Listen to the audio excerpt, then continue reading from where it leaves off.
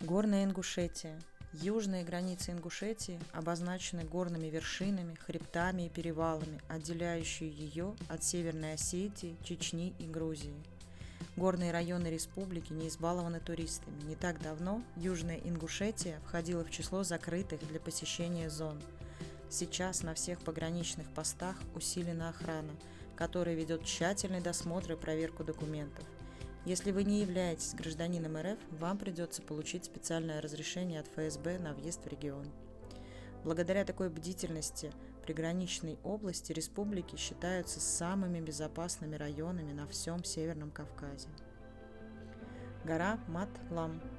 Путешествие по горной Ингушетии следует начинать с Джейрахского ущелья. Его можно назвать музеем под открытым небом.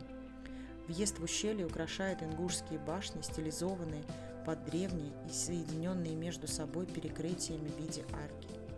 Над ущельем возвышаются склоны скалистых выступов горы Мат-Лам, Столовая гора.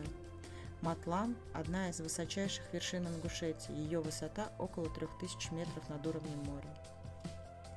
Своим названием Столовая гора обязана форме, которая напоминает большой плоский стол, укрытый скатертью из травы. Ингушское название горы Мат-Лам и осетинское Мат-Хох в переводе звучит одинаково – Мать-гора. Вершину горы венчает Мат-Сели, древнейший храм, куда приходили предки ингушей отдать дань божеству земледелия и плодородия. Среди многочисленных пещер и гротов Столовая гора особое внимание обращает на себя сталактитовая пещера. Здесь можно снимать сцены художественных фильмов. Потолок пещеры украшен сосульками из сталактитов, а из дна вырастают великаны-сталагмиты, которые при искусственном освещении необычно красивы. Длина этого чуда природы равна 34 метра, ширина 25 метров, высота 10 метров. Гора Цей-Лоам. Вершина Цей-Лоам, в переводе «красивая гора», считается у ингушей священным местом, с ней связано множество преданий. Одно из них гласит, что греческий герой Прометей был прикован именно к этой горе.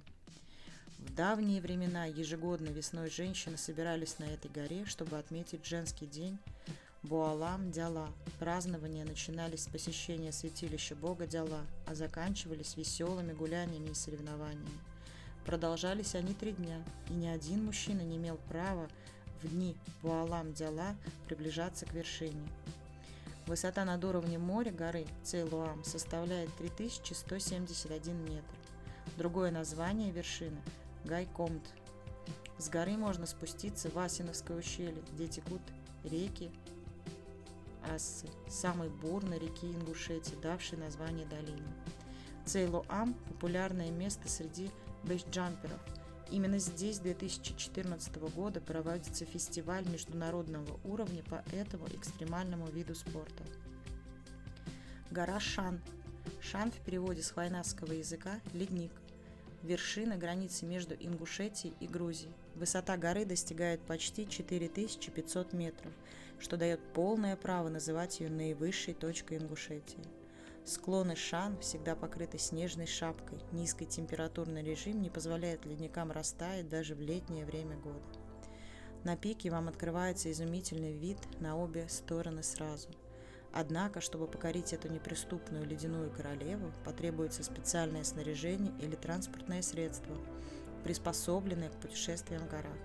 Даже опытные альпинисты не рискуют взбираться на Шан без проводника. Другие вершины, такие как Ушкорт, Черехкорт, Хахалги, Кидеганис, не менее интересны для туристов, если они привыкли путешествовать по незаурядным местам и идти по неизбитым маршрутам. Именно в горной Ингушетии нашли гармоничное сочетание неиспорченной цивилизации природы и архитектурные памятники, музеи, заповедники, напоминающие об истории края, его жизни и самобытной культуре.